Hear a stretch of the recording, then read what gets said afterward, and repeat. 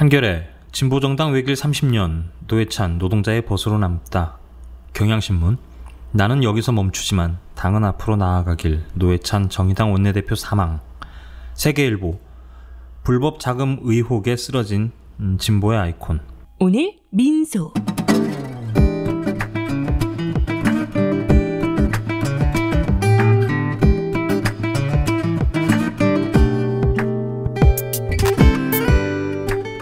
서 있는 자리에 따라서 생각이 달라진다고 합니다. 오늘자 헤드라인인데요.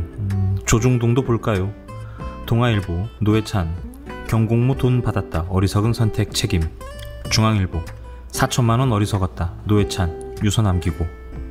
그리고 조선일보 경제 버팀목 반도체 너마저 점점점. 반도체 얘기는 왜 나왔을까요? 아마 삼성전자 반올림 교섭 이야기 때문에 슬쩍 던진 거겠죠. 어쩌면 이렇게 한결같을까요? SNS가 시끄럽습니다. 오늘 조선일보 일면 정말 역대급이었죠. 헤드라인 경제 버팀목 반도체 너마저.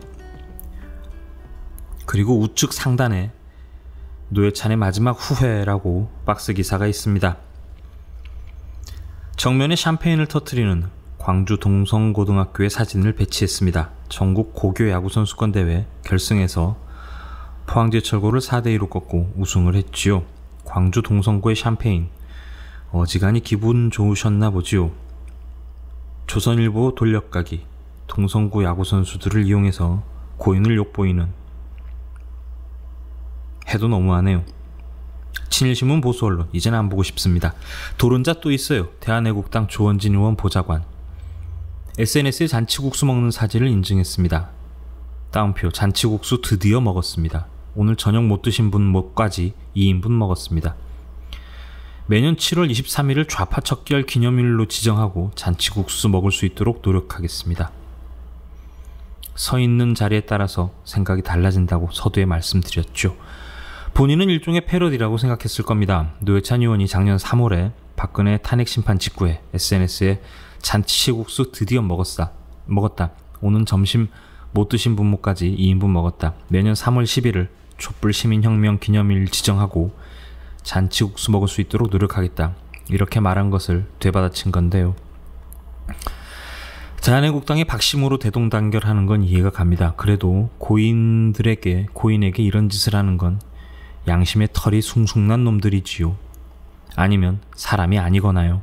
이 프로그램은 방송통신심의위원회 심의 규정을 준수하지 않습니다.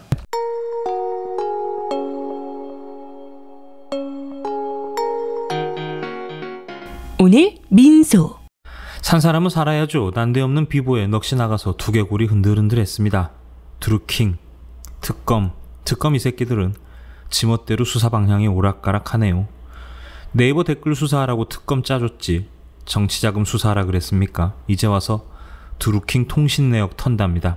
드루킹이 노회찬 의원을 협박했는지 알아보신다고요. 욕도 아까운 놈들. 정말 이런 거 하면 안 되는데요. 이 검사놈들 그래요. 압수수색 하잖아요. 그러면 해당된 것만 조사해서 수사를 해야 되는데 다른 것도 털어봐요. 이른바 먼지털이식 수사. 이거 별건 수사라고 하죠. 전문용어로. 피의자의 혐의가 드러나지 않으면 다른 사건으로 수사를 압박하는 별건 수사. 예를 들면 뇌물수사인데요. 이게 드러나지 않으면 통신기록을 확보해서 내연녀를 조사하는 거죠. 이런 방법. 별건 수사는 수사기관이 본건에 대한 피의자의 범죄 혐의를 밝혀내기 어려운 경우에 그와 관련 없는 사안을 수사하는 방식입니다. 피의자를 압박해서 자백을 유도하는 일종의 수사기법이죠. 이게 원조가요. 일제가 독립군을 잡아들이기 위해 쓰던 수법입니다. 하지만 지금까지도 관행이라는 이름으로 시행되고 있죠. 검찰의 권력을 덜어내야 하는 이유가 바로 이런 것에도 있습니다. 검찰의 권력을 덜어내야 이런 관행이 사라지죠. 이 별건 수사가 왜 나쁘냐 하면요. 헌법상의 적법 절차 원리, 영장주의 원칙에 반하고 공권력 남용에 해당되는 겁니다. 이명박근혜 시절에 저도 압수수색 몇 번 받아봤는데요. 보통 사람들은 검찰이라고 하면 쫄죠. 저희나 검찰 판사 일기를 개무시하지 거들먹거리면서 말이죠. 체포영장 들고 사무실에 왔길래 소리 지르면서 내쫓은 적도 있습니다. 모 지검에서요. 사무실에 영장 들고 와서 잡아가겠다고. 제가 좀 한인상해요. 좀 살벌합니다. 네. 검사는 두 놈이 왔는데 소리 지르면서 내쫓았어요. 어떻게 들어왔냐고. 너는 노크도 안 하냐 이 XX들아. 욕을 마구 했죠. 그리고 내쫓고요. 신분 좀 줘봐. 그러니까 보니까 검사도 아니더라고요. 수사관이에요. 승질이 얼마나 나든지 검사 같이 왔냐고 물어보고요. 올라오라고 그랬어요. 대뜸 그랬죠. 아니 검사도 아니고 수사관이 남의 영업사무실에 함부로 들어와서 사람 잡아가게 생겼나. 이게 적법한 절차냐. 문제 삼겠다. 그랬더니 아마 대뜸 죄송하다 그럽니다. 네, 불법입니다. 그러면 안 돼요. 네. 영장 있다고 아무데나 막 쑤시고 들어가고 그러면 안 됩니다. 그럼 막 잡아가고 그러면 안 돼요. 체포가 가능한 장소가 있어요. 뭐 자택이면 자택, 뭐 길이면 길. 네. 긴급 체포는 뭐 선체포 후에 영장 치면 가능하긴 하지만 어쨌든 남용하면 안 됩니다. 그래서 쫓아냈죠. 이게 무슨 경우냐고. 자진 출석한다고 뭐 그랬던 일도 있습니다. 견제를 하지 않으면요 권력이 썩어요. 이렇게 돼요. 삼성 엑스파일 떡값 검사들 밝혀냈던 노회찬 의원 아니었습니까? 얼마나 미웠겠어요.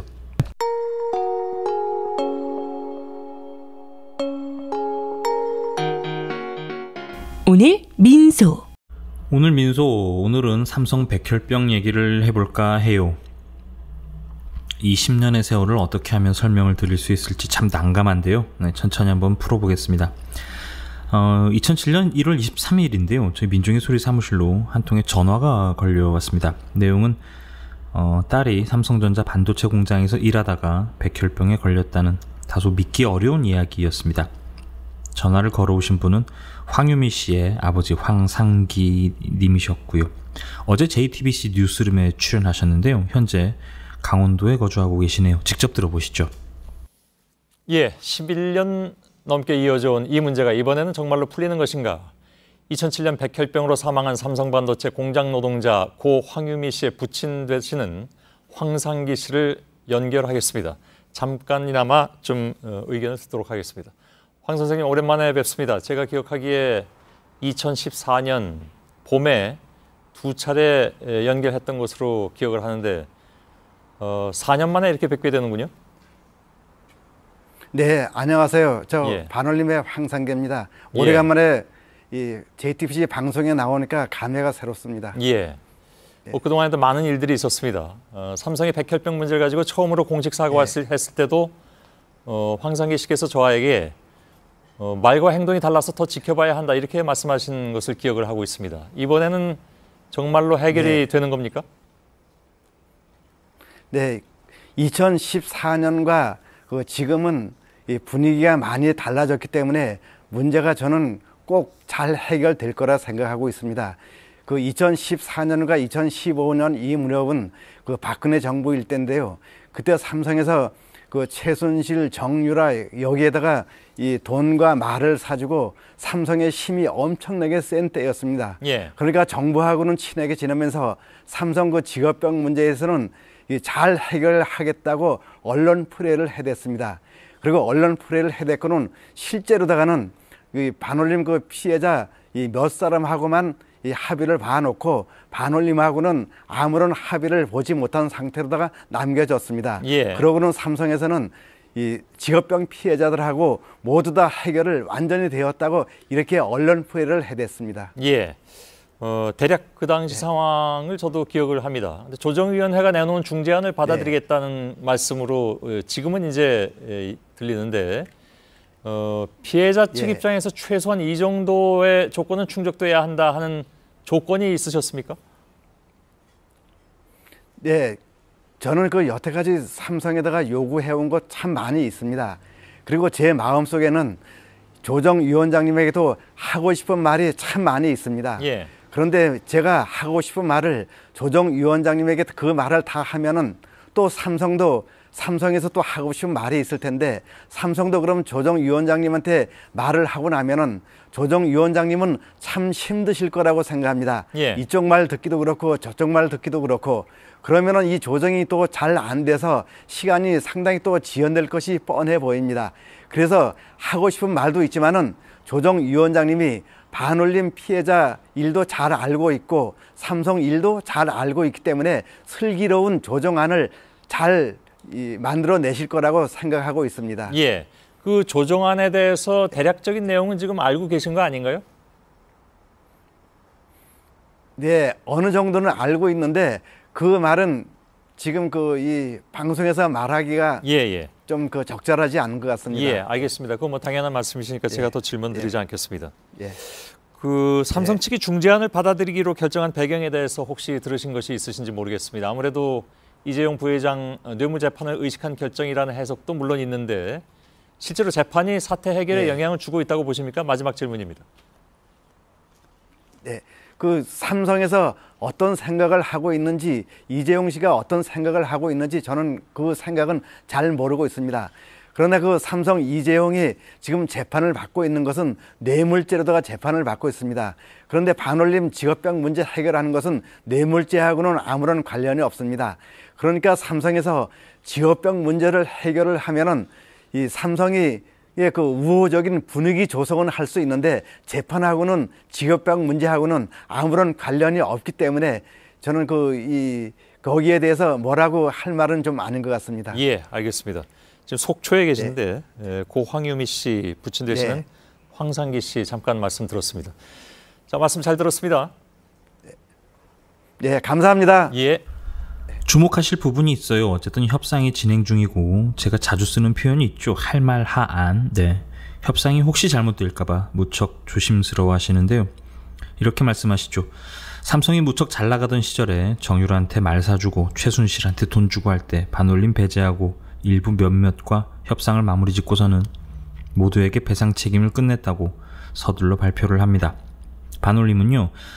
반도체 노동자의 건강과 인권 지킴이 2007년 11월에 반도체 노동자의 직업병 피해에 대해서 노동자의 건강과 인권을 지키기 위해서 결성된 단체입니다. 약칭 반올림이죠. 2007년 3월에요. 삼성전자 반도체 공장에서 근무하다가 백혈병에 걸린 황유미 씨가 사망한 이후에 유사한 피해를 당한 반도체 노동자들과 그 가족들을 중심으로 만들어졌습니다. 아버님 인터뷰에도 등장하는데요. 삼성이 말 사주고 잘 나갈 때 사연이 매우 복잡합니다만 간단하게 정리를 해드리면 일부 몇몇과 협상을 시도하고 긴 투쟁에 지친 유가족들을 일부가 삼성이 내건 조건을 수락합니다. 조건이라고 할 것도 없죠. 돈 받은 거죠. 네. 그 이후에 외롭게 황 아버님과 반올림이 끈질기게 투쟁을 벌여왔던 거죠. 그 이후는 어떻게 됐는지 아시겠고요. 촛불이 켜졌고요. 박근혜가 하야했습니다. 문프가 집권했고요. 장기투쟁 사업장 KTX 문제가 정리가 됐습니다. 이건 내일 다룰게요. 삼성전자 반올림이 교섭 대상에 올랐습니다. 갑자기. 네, 갑자기요. 이재용이 또 감옥 가게 생겼거든요. 잘 보일 필요가 있습니다. 싱가포르에서 납작 엎드리는 거 보셨죠? 삼성 서초사업 앞에는 천막이 하나 쳐져 있습니다. 2015년 10월 7일 기약 없는 농성을 반올림이 시작을 했죠. 강남역 8번 출구 앞에 있습니다. 삼성전자 홍보관인 삼성전자 딜라이트 바로 앞에 있어요. 내일 이 천막을 걷는다고 합니다. 조정희 권고를 수락하겠다고요. 이게 다 촛불시민 여러분들 덕분입니다. 축배는 차차 들기로 하고요. 뭉쓰던 삼성전자 갑자기 왜 그랬을까요? 네, 뻔하죠. 이재용 삼성전자 부회장이 뇌물죄에 대한 대법원 재판을 앞둔 상황이라는 겁니다. 이재용이 또 깜빵 가게 생겼거든요. 전문용어로 이런 걸 마사지라고 하죠. 일본말로 나라시라고 합니다. 일종의 눈도장 찍기. 네, 잘 보이려고요. 판사들 매수하는 건 걔들 본업이고 명분이 필요하잖아요. 하다못해 집행유예. 지난 4월에는 삼성전자 자회사죠. 삼성전자 서비스가 협력사 직원 8,000명을 직접 고용하기로 했습니다. 이 결정은요, 지난 50년간 이어져 온 삼성전자의 무노조 원칙이 깨지는 결과를 낳게 되는데요. 이재용이 얼마나 똥줄이 타는지 알 수 있는 대목이죠. 그런 지점이 좀 씁쓸하긴 합니다. 오너의 안위 때문에 안 되던 것들이 한 방에 팍팍 불리는 좀 짜증이 나는데요. 너무 디테일하게 들어가면 머리 아프실 테니까요. 일단 여기까지 하고 잠깐 쉬어가도록 할게요. 네. 2015년에요. 삼성이 한번 조정희 결정을 깠어요. 네. 실제 타결 직전까지 갔는데 참 옛날 생각하니까 또 답답한데요. 어쨌든 삼성이 한번 깠습니다. 이번에는 조정희 중재안. 네, 조정희도 역할을 많이 했습니다. 10년 동안이요. 마지막 중재안을 던졌고요. 삼성은 이른바 백지 위탁을 했습니다. 삼성으로서도 나름 성의를 보인 셈이에요. 어떤 결론이든 받아들이겠다는 거죠. 그만큼 참 이재용의 재판에 삼성과의 관심이 쏠려 있다고 보셔도 될 것 같습니다. 뭐 또 지켜야 될 게 있죠. 삼성바이오로직스. 지킬 게 많으니 버리는 것도 생기는 거죠. 글쎄요, 저희가 자기 자랑을 잘 못하는 조직이라서요. 다른 곳 같았으면 아마 제목에 뭐 최초 보도, 단독 보도 어쩌니 하면서 거품을 왕창 물었을 텐데요. 저희는 아직 황유미 씨를 잊지 않고 있고요. 황상기 아버님도 아직 저희를 잊지 않고 있습니다. 이명박 박근혜 시절 수차례 힘든 고비를 넘겼는데요. 마찬가지로 아직 투쟁하는 노동자들 곁에서 함께 숨쉬고 있습니다. 저희마저 무너지면 이들이 기댈 곳이 없지 않겠어요. 끝까지 함께 가겠습니다.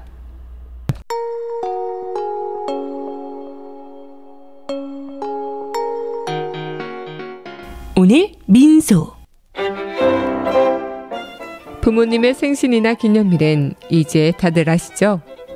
오직 부모님만의 주인공으로 하는 세상에 다시 없을 고품격 회고록을 민중의 소리가 특별 제작해드립니다. 한평생 가족을 위해 헌신해 오신 부모님을 위해 아주 오래 기억에 남을 뜻깊은 선물. 기억의 책 만민보 지금 바로 신청하세요.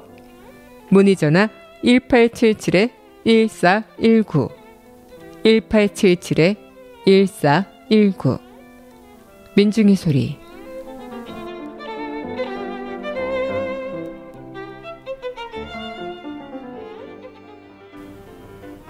안녕하세요. 민중의 소리 아나운서 정혜림입니다. 이명박근혜 정부, 그 혹독했던 시간을 견뎌내고 촛불로 민주주의를 바로 세워낸 자랑스러운 여러분 곁에 언제나 민중의 소리가 함께 있다는 거 알고 계시죠? 앞으로도 여러분의 응원과 격려에 힘입어 돈과 권력에 굴복하지 않고 가진 것 없는 사람들의 가장 든든한 벗이 되겠습니다. 민중의 소리 후원 전화 1661-0451 1661-0451 민중의 소리. 논란의 기사, 저희 민중의 소리가 예전에요, 월간 말이라고요, 몇 년 동안 말지를 발간한 적이 있어요. 2007년 4월호 말지에 삼성 백혈병 관련한 기사가 처음 실립니다. 이 기사가 나갈 때만 해도요, 아주 난리도 아니었어요. 어떻게든 기사를 빼보려고 전화질을 아주 그냥 얼마나 해대는지요. 지금 정치권에서 모 비서관으로 압력하고 있는 당시 노동 담당 기사를 주로 맡아 쓰던 정모 기자가 쓴 비공식적으로 반올림을 만드는데 함께하기도 했었던, 그때는 그랬습니다. 워낙 황당한 사건들이기도 했고요. 시민단체와 노동자 그리고 저희 기자들이 머리를 맞대고 어떻게 하면 좋겠나 하는 일종의 소통 창구 같은 거였죠. 심지어 삼성 아닙니까? A4 한 서너 장쯤 되는데요. 한번 전해드려 보겠습니다. 2007년 4월호입니다. 하필 커버가 노회찬, 심상정, 권영길 님들이시네요. 여기에도 등장하시는군요. 제목이요. 세계 인류 삼성 반도체 삼성 산업재해 은폐하려 했나. 같은 일 하던 생산직 여성 2명 백혈병 사망. 97년 이후 6명 발생. 이 기사는 한 통의 제보로부터 시작됐다. 1월 23일 말 사무실로 전화가 걸려왔다. 강원도 사투리를 쓰는 수화기 저편의 중년 남성은 삼성전자 기흥 공장에 다니는 자신의 딸이 백혈병에 걸렸다며 도움을 호소했다. 이어 기흥 공장 같은 라인에서 일하는 사람 5명이 백혈병으로 죽었다며 자신이 딸이 산업재해를 당한 것 같다고 말했다. 기자로서는 귀가 쫑긋 서는 제보였다. 이 남성의 말이 사실이라면 반도체 사업으로 세계적으로 명성을 얻고 있는 삼성전자가 산업재해를 은폐하고 있다는 얘기였다. 5명이 백혈병 사망, 산재예요. 이 남성의 이름은 강원도 속초에 사는 황상기 씨, 그의 딸 유미 씨는 당시 23살입니다. 속초 상고 3학년에 재학 중이던 2003년 10월 삼성전자 기흥 공장에 입사했다. 디퓨전 공정에서 13개월 근무했고 2004년 12월 1일 3라인으로 발령받아 일했다. 3라인은 6인치 웨이퍼를 만드는 라인이다. 기흥 공장에서는 1라인부터 15라인까지 있는데 회사의 표현을 빌리자면 3라인이 가장 후진 라인이다. 유미 씨는 3라인에서 웨이퍼 세정 작업을 했다. 반도체 원판인 웨이퍼를 불산, 이온화수, 과산화수소, 황산암모늄 등의 혼합액에 담갔다 빼는 작업이 유민 씨가 8시간 근무하는 동안 반복해서 하는 일이었다. 이름도 무섭습니다. 불산, 이온화수, 과산화수소, 황산암모늄. 반도체 생산 공정에는 각종 유해 화학 물질이 사용된다 때문에 생산 라인의 노동자들은 보호 마스크, 고글, 방진모, 방진복을 착용하고 일한다. 이는 먼지 하나 없는 깨끗한 환경을 유지해야만 하는 반도체 생산 공정의 특수성 때문이기도 하다. 유미 씨는 보호구를 제대로 하지 않으면 혼난다라며 일을 하다 화학 용액이 튀어도 보호구가 있어 해가 되는 일은 없다고 설명했다. 그러나 인기 댄스 그룹 신화를 좋아하는 아직 애때 보이는 유미 씨에게 큰 시련이 닥쳐왔다. 이상하게 몸에 멍이 자주 들고 뭐를 먹기만 하면 토를 했어요. 자주 피로했고 어지러웠고요. 친구가 병원에 가보자고 해서 갔더니 피가 이상하다며 큰 병원에 가보래요. 큰 병원에 갔더니 백혈병이래요. 그때 엄청 울었고 죽는 줄 알았어요. 그때만 생각하면 눈물이 나요. 유미 씨는 3라인에서 일한 지 6개월 만인 2005년 6월 수원 아주대병원에서 급성 골수병, 백혈병 진단을 받았다. 화학약품 혼합액에 웨이퍼를 담갔다 빼는 세정 작업을 했어요. 설비는 한 대밖에 없는데 언니들이 이것 먼저 해달라 저것 먼저 해달라고 서로 요구하고 막내인 저는 뭐부터 해야 할지 몰라 스트레스를 많이 받았어요. 그래서 병에 걸린 것 같아요. 자기 병을 스트레스로 인한 질병이라고 생각하는 거죠. 네. 유미 씨는 백혈병 발병 후 휴직을 하고 치료를 받았다. 2005년 12월에는 골수 이식 수술도 받았다. 2006년 9월 휴직 기간이 끝나 복직을 해야 했으나 아직 몸이 회복되지 않아 복직이 어려웠다. 회사는 퇴직을 권고했다. 2006년 10월경에 회사 사람들이 와서 사표를 쓰라고 해서 어쩔 수 없이 사표를 썼어요. 황상기 씨의 말이다. 퇴직 직후 불행히도 병만은 다시 찾아왔다. 퇴직 2주 만에 백혈병이 재발한 것. 항암 치료로 머리는 다 빠지고 몸이 깡마른 유미 씨는 기력이 없어 누워 지내야 했다. 2월 초 속초 집에서 말 기자가 만난 유미 씨는 핏기가 없는 창백한 얼굴로 얕은 기침을 하며 얕은에 오탄 것 같아요. 네. 얕은 기침을 하며 고통스러워했다. 한 달이 뒤인 3월 6일 유미 씨는 기쁜 숨을 몰아쉬다 세상을 등지고 말았다. 너무나 안타깝게도 23세 나이였다. 진료를 위해 새벽 5시 조금 안 돼서 집에서 출발했어요. 수원 아주대병원 가서 피검사하고 영양제 주사 한 대 맞고 돌아오는데 한 2천쯤 왔는데 애가 차 뒤에서 덥다고 그래요. 먹지도 못해 삐쩍 말라서 몸무게가 20kg밖에 안 됐어요. 찬바람을 나오게 하니 이번에는 춥다 그래요. 20분을 달려 횡선 쭉 왔을 때 뒤를 돌아보니 애가 얼굴이 창백해져 있어요. 제 옆에 타고 있던 집사람이 뒷좌석을 보더니 유미 아빠 애가 숨이 넘어가는 것 같아요 라고 다급하게 그러는 거예요.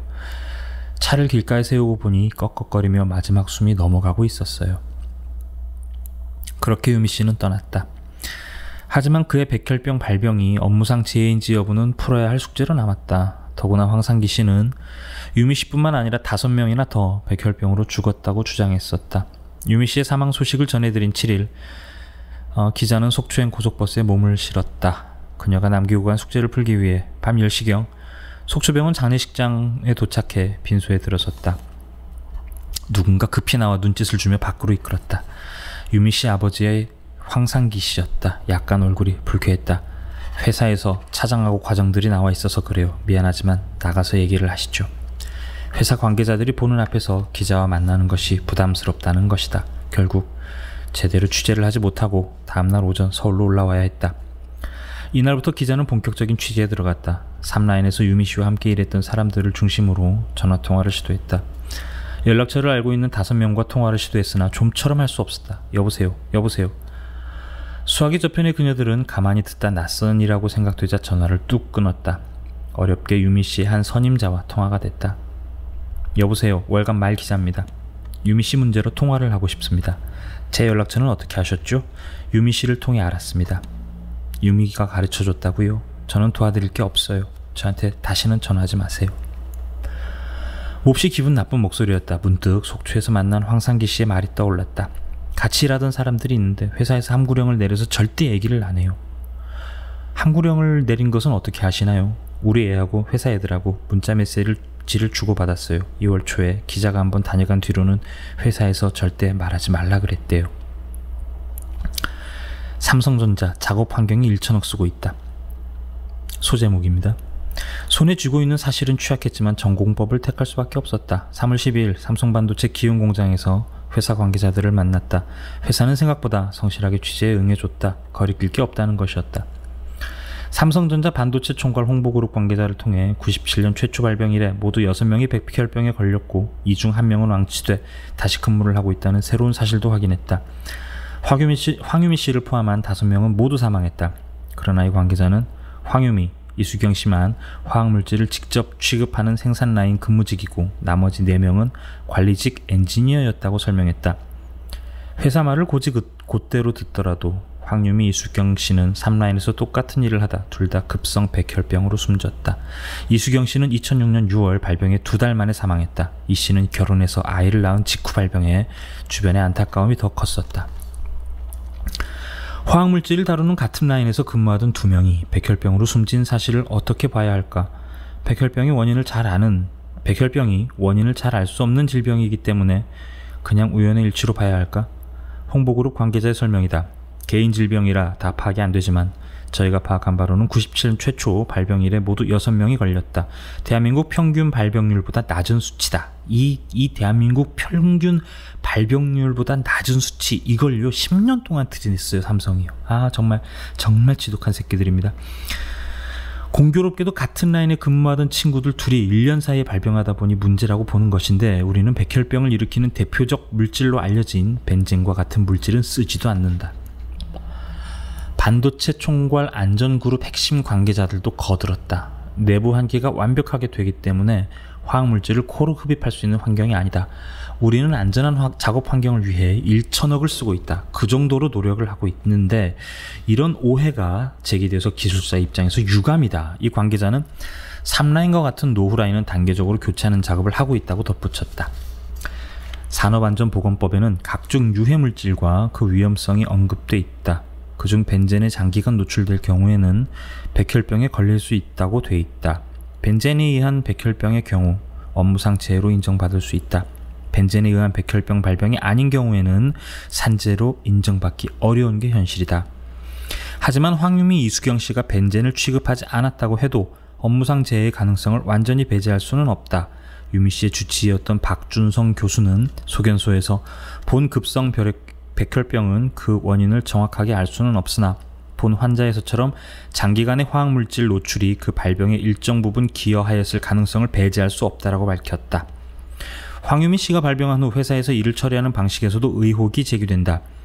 유미 씨가 백혈병에 걸리자 황상기 씨는 회사에 산재 승인을 받을 수 있도록 해달라고 요청했다.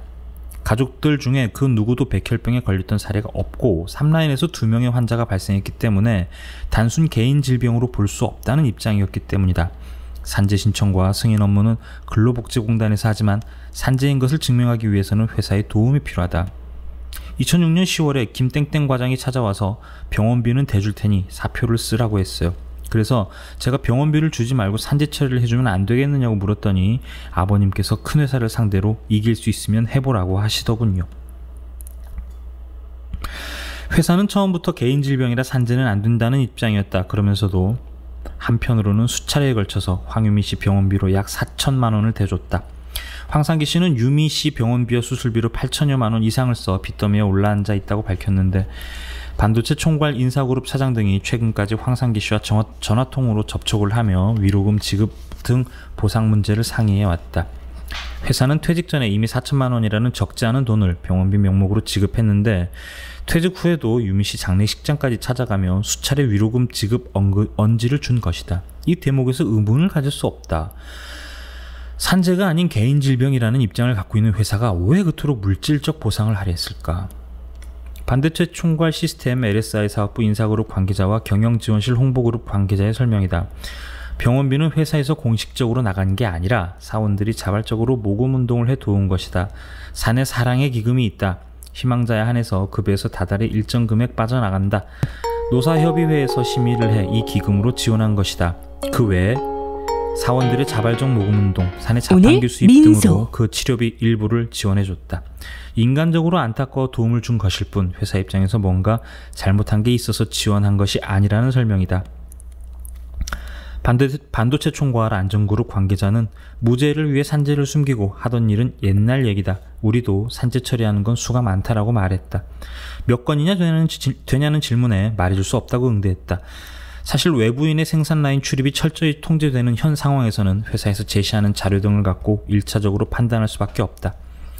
기자와 만난 안전그룹 관계자들은 작업 환경 측정표 등을 보여주며 각종 산 등 유해물질 법적 기준치 이하로 관리하고 있다고 설명했다. 안전그룹의 담당 과장은 유해물질의 법적 기준이 100이면 산의 기준은 20으로 유지하고 있다. 그럼에도 불구하고 20을 초과하는 경우가 거의 없다라고 설명했다. 하지만 같은 라인에서 일한 2명의 노동자가 백혈병을 걸려 숨졌다는 사실을 관가할 수 없는 문제라는 것은 회사 측도 어느 정도 동의하는 부분이다. 안전그룹의 핵심 관계자는 이 건에 대해 외부에서 의혹을 갖고 또는 관심을 갖고 있는 사람들이 산재 여부를 물었을 때 정확히 아니다라고 할 수 없는 부분이 있다라고 토로했다. 그것은 무엇 때문인가라는 기자의 질문에 그는 지식의 한계라고 답했다. 삼성 반도체 생산직들은 4조 3교대로 일한다. 생산 라인을 세우지 않기 위해 새벽 6시, 오후 2시, 오후 2시부터 밤 10시, 밤 10시부터 새벽 6시, 24시간을 세 타임으로 나누어 조별로 교대하면서 일한다. 주야가 바뀌는 생활로 생체 리듬이 불규칙할 수밖에 없고 외부의 위험 요인에 대해서 더 취약할 수밖에 없는 근무 조건이다. 반도체 생산 공정에서 유해 화학물질을 다루다 보면 위험 요인은 더 커질 수 있다. 이런 이유로 명백하게 아니다라고 할 수 없는 노릇이다. 소제목입니다. 노동부 땡땡 삼성 상대 함부로 못해. 황유미 이수경 씨 죽음에 대해서도 노동부도 애매한 태도를 취했다. 삼성반도체 기흥 공장을 담당하고 있는 경인지방노동청 수원지청의 근로감독관은 삼성반도체에 그런 일이 있었다는 것에 대해 금시초문이라며 같은 라인에서 2명이 백혈병에 걸렸다는 사실이 마음에 걸리지만 우연의 일치가 있는 것이라고 말했다. 노동부 답죠. 물론 10년 전 이야기입니다. 그러고 보니 참 노동부의 이 같은 대답이 참 한두 건이 아니네요. 네, 저도 몇 번 당해봤습니다. 노동부는 유해물질을 다루는 사업장 실태조사를 나간다. 또 명백한 법 위반이 있을 시에는 역학조사를 할 수도 있다. 그러나 삼성반도체의 경우 아직 산재라고 볼 수 있는 근거가 없어 달리 할 수 있는 것이 없다고 말했다. 이 감독관은 또 삼성을 상대로 함부로 할 수 없지 않냐라고 말하기도 했다. 결국 마음에 걸리기는 하지만 할 수 있는 것은 아무것도 없다는 것. 대부분의 사업주들은 사업장에서 산재가 발생했다고 해도 산재를 드러내고 인정하는 것을 꺼린다. 무죄의 기록에 연연해 재해가 발생해도 은폐하려고 하는 것이다. 또 산재가 발생하면 노동부에서 경고 등의 조치가 취해진다. 중대재해가 발생한 사업장의 경우 업무를 못하게 폐쇄 조치를 할 수도 있다. 김갑경 산업재해 노동자협회 3단 부장의 설명이다. 되도록 산업재해를 인정하지 않으려는 데 있어서는 삼성도 예외가 아닌 것으로 보이는데 반도체 총괄 안전그룹 핵심 관계자는 기자에게 몇 건인지 말해줄 수 없지만 삼성반도체에서도 산재가 인정된 사례가 많다라고 말했다. 이에 대해 노동부 수원지청 근로감독관은 삼성반도체의 경우 산재 요양 신청이 들어온 것도 많지 않고 승인된 것도 거의 없다고 말해 둘의 말이 엇갈렸다. 둘 중 하나는 거짓말을 하고 있는 것이다. 누굴까? 기자와 만난 회사 관계자들은 이구동성으로 우리도 명확히 밝혀지는 게 좋다라고 말했다. 그러면서 한편으로는 이 내용이 기사화되는 것에 대해 상당한 우려를 나타냈다. 기자가 원고를 마감하고 있는 이 시각에도 기자의 핸드폰은 요란하게 울리고 있다. 핸드폰 액정에는 반도체 총괄 홍보그룹 관계자의 연락처가 발신번호로 표시돼 삼성 측에서 온 전화임을 알리고 있다. 받지 않고 원고를 마감했다. 기자가 취재협조를 위해 만난 노무사와 산업재 전문가들은 삼성이 황유미 씨와 이수경 씨 사망 사건을 사후 처리하는 방식에 대해 삼성답다는 반응을 보였다. 5년간 끈질기게 싸운 끝에 2004년 8월 법원으로부터 산재 인정을 받은 바 있는 삼성 SDI와 사내 기업인 정우전자 퇴직 노동자 김명진 씨의 반응도 같았다. 그는 회사에 다니면서 산재 신청을 했다는 이유로 생산 라인에서 격리되고 회사 관리자들의 압력에 버티다 못해 결국은 사직서를 써야 했다라며 당시 삼성 SDI 관계자들이 회유하고 감시도 했다라고 전했다. 회사 관계자에게 보상 문제는 좀 더 기다려야겠다는 연락을 받았다는 황상기 씨. 개인 택시를 하며 어렵게 살아오다 유미 씨 병수발을 하느라 빚더미에 올라앉은 그는 지금 이러지도 저러지도 못하고 있다. 기자님 어떻게 해야 할까요? 라고 묻는 그에게 달리 할 말이 없었다. 삼성이 정말 자신들도 이 문제가 명확하게 밝혀지길 원한다면 애초에 황상기 씨 뜻대로 유미 씨와 가족들에게 산재 요양 신청을 할 수 있도록 주력했어야 하지 않았을까. 그리고 공정한 검증기관의 투명한 조사를 통해 진실을 밝히는데 앞장서야 하지 않았을까.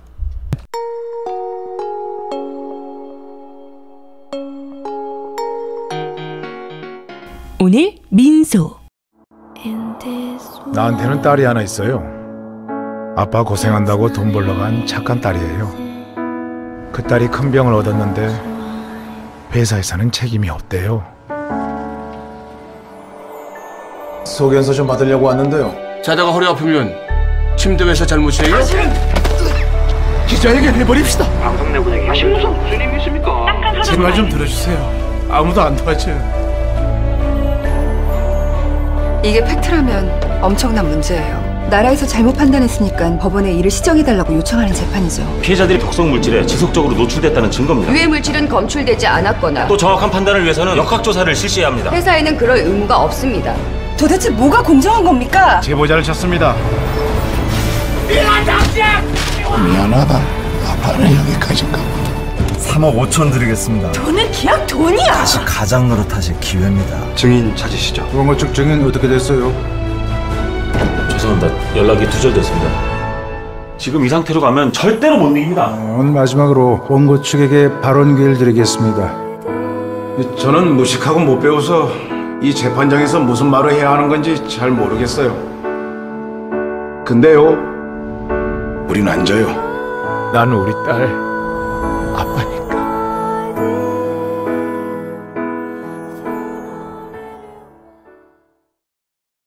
병원을 갔는데 피가 이상하다고 큰 병원을 가보래요. 그래서 큰 병원 갔더니 백혈병 판정받고 그때 엄청 울었고 죽는 줄 알았어요, 제가. 그때만 생각하면 눈물 나고 그래요.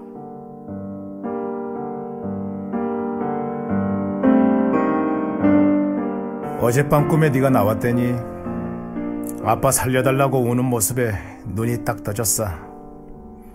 뭔 말을 그래 하고 싶었던 거나. 그러고 보니 오늘이 네 생일이구나. 좋아하던 냉면도 실컷 못 사주고 다른 아들처럼 예쁜 옷 한 벌 못 사 입힌 게 너무 마음에 걸래. 어린 나이에 병하고 싸우면서 얼마나 힘들었나. 아파도 아프다고 말 한마디 못하고 병원비 많이 나온다고 걱정만 하더니.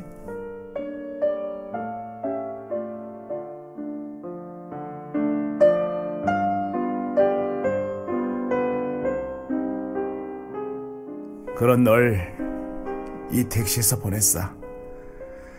쓰러진 널 싣고 병원에 가다가 길가에서 숨이 넘어갈 때 네 눈빛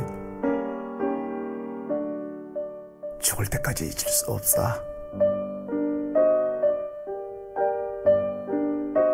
벌써 몇 년이 흘렀는데 변한 건 아무것도 없어. 미안해. 정말 미안해. 널 먼저 보냈어. 매일매일 기도한다니 하늘나라에서는 아프지 말고 건강하게 잘 있어달라고. 네가 왜서 백혈병에 걸렸는지, 어째서 사람들이 억울하게 죽어야 했는지 꼭 밝혀낼게. 좋은 데서 네 만나기 전에 아빠가 약속 지킬게.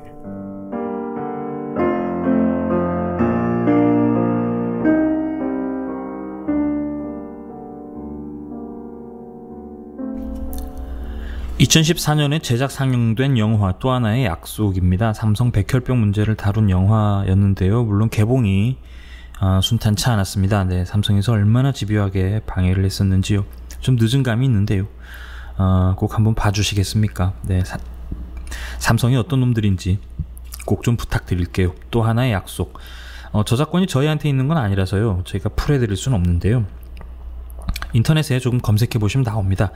아마 IPTV 쪽에도 있지 않을까 싶긴 해요. 네. 출연하는 배우들도 눈여겨보셨으면 좋겠어요. 박철민, 김규리, 윤우선, 박희정, 유세형, 이경영, 맹봉학 선생님들, 네, 정말 어렵게 출연하신 분들입니다. 삼성이니까요.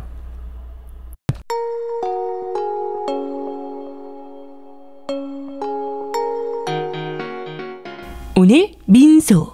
황상기 아버님이요. 네, 반올림 페이스북을 통해서 자필 편지를 보내셨어요. 그동안 애써주신 분들 한 분 한 분 거론하면서요. 저희 말지도 있네요. 네, 수원시민의 신문, 기성신 언론은 없어요. 네. 민주노총 금속노조, 네, 죄다 빨갱이라고 욕을 먹는 A4 넉 장 분량인데요. 네. 제가 또 전해드리면 짜증내실 것 같아서 네. 우리 망해라 자유당, 네, 정혜림 아나운서에게 부탁을 했습니다. 대신 전해드릴게요. 안녕하세요. 반올림 황상기입니다. 우리 유미가 2005년 삼성 반도체 공장을 다니다가 급성 골수병, 백혈병에 걸렸을 적에 너무나도 큰 낙심과 좌절감에 빠져 있었습니다.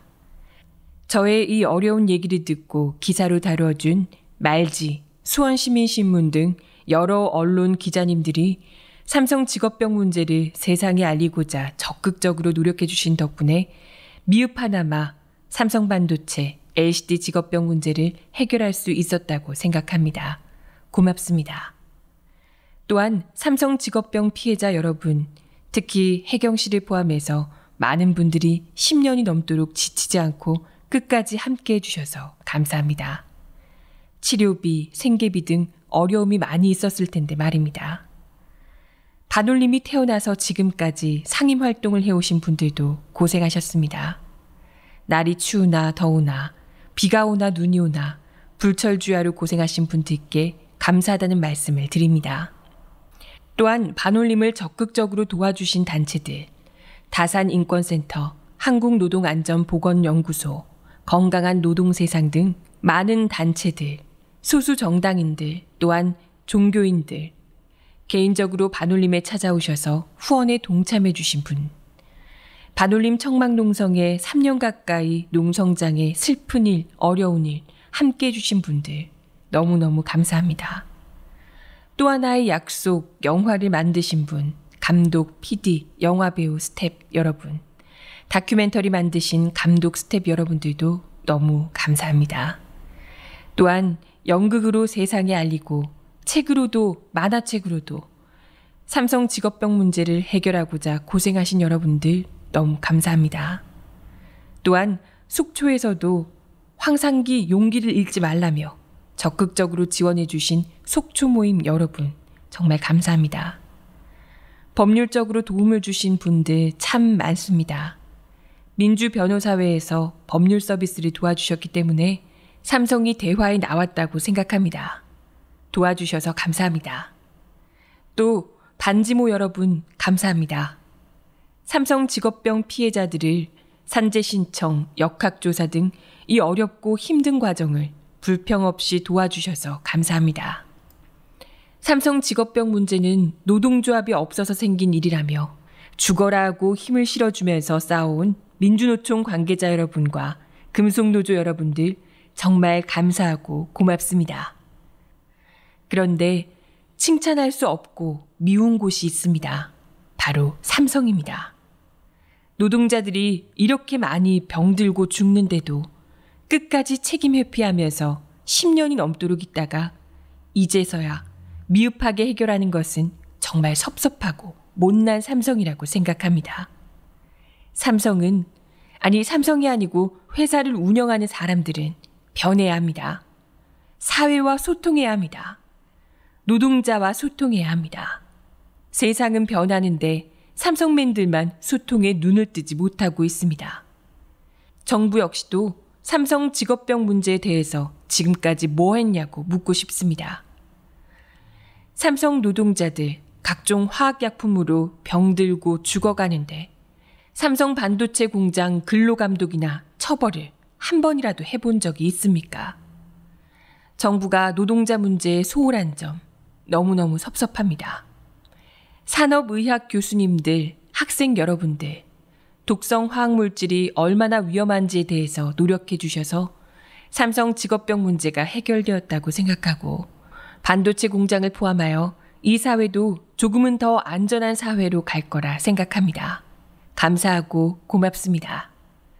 삼성 직업병 문제를 풀기 위해서 수년간 노력해오신 조정위원장님, 조정위원님을 포함하여 문제 해결을 위해 많은 노력을 해오신 분들 너무너무 감사하고 고맙습니다.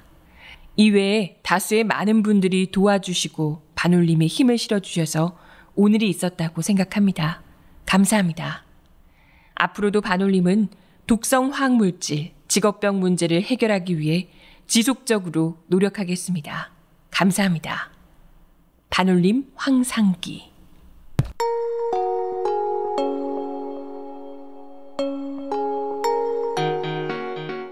오늘 민소. 사업장에서 노동자가 목숨을 잃는 사고가 발생했습니다. 처벌을 아주 무겁게 하는 게 매우 당연해 보이죠. 근데 단지 벌금입니다. 그러니까 사람이 죽어도요, 돈으로 해결하는 게 훨씬 싼 거예요. 고등학교를 졸업하고 대기업에 취직한다고 얼마나 기뻤을까요? 막상 취직을 했는데 방진복에 방진 마스크를 줘요. 한참 꾸밀 나이에 화장도 못하게 합니다. 마스크를 예쁜 걸 썼다고 서로 자랑하며 웃는 그런 나이에요. 기숙사에서 살면서 3교대로. 어떤 독극물, 어떤 화학물질을 다루는지 미리 알려주지도 않습니다. 성분도 몰라요. 백혈병에 걸려서야 아, 이게 문제가 있는 거구나. 노동부에서 조사를 나가요. 영업비밀이라고 공장 문을 안 열어줍니다. 심지어 나중에는 공장 문을 닫아버려요. 그리고 이전을 해버리죠. 증거인멸 아닙니까? 10년 전 일입니다. 네, 특정 화학물질에 대한 기준치도 없고요. 데이터도 없던 시절.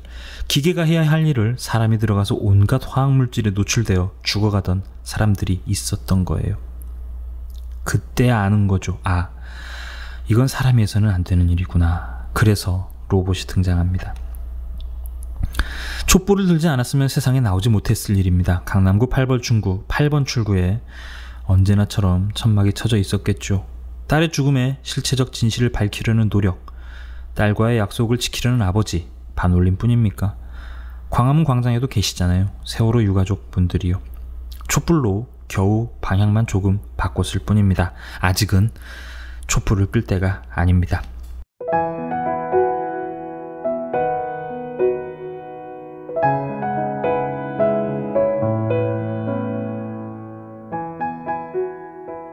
오늘 민소 여기까지 할게요. 오늘 그랜드 하얏트 호텔에 다녀왔는데요. 간단한 시상식이 있어서요.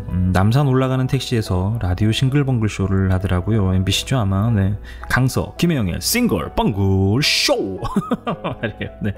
아, 사실 저도 이런 예능 프로그램 이런 거 만들고 싶어요. 네. 날마다 이런 예능 프로그램 꿈꾸고 있는데 회사가 회사다 보니 늘 무겁고 어두운 정세 얘기, 노동 얘기.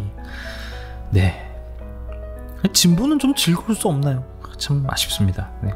여러분들을 붙들고 참 다크서클 턱까지 내려오면서 땅속까지 깊은 수렁에 빠뜨리는 거 아닌가 싶어요. 좀 죄송스럽네요. 내일은 KTX 투쟁을 전해드려볼까 하는데요. 네. 다음에 할까요? 어떻게 할까요? 너무 숙제를 많이 드리는 것 같은데 생각 좀 해볼게요. 네. 팟빵 유튜브에 댓글들 많이 달아주셨어요. 하나하나 전해드리고 싶은데요. 또 울컥울컥 올라올까봐 오늘은 여기까지 하겠습니다. 단골손님 제이님, 인디안 돼지 손정현님, 아메리카노 전수민님, 차은선님, 행복자판기 박미영님, 앙한님, 아이디 무엇일까 진실은님, 네, 팟빵의 단골손님이죠 108번네님, 그리고 요거트님, 모두의 마음을 담아서 네, 국화 한 송이 놓고 오겠습니다. 내일도 해가 뜨니까요. 네, 저는 내일 변함없이 여러분들 다시 찾아뵙겠습니다. 연예팀 현석군 기자였습니다.